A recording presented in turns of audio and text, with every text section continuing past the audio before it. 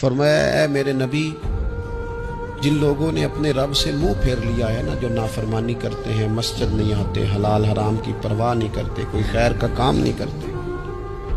فرمایا جنہوں نے مالک سے منہ پھیر لیا ہے نا، اگر انہیں پتہ چل جائے کہ اللہ کریم ان کی توبہ پہ کتنا راضی ہوگا، اگر انہیں پتہ چل جائے تو اس بات پر ہی ان کی جان نکل جائے۔ نبی پاک علیہ السلام نے فرمایا ہر عالم کے پاس نہ بیٹھنا،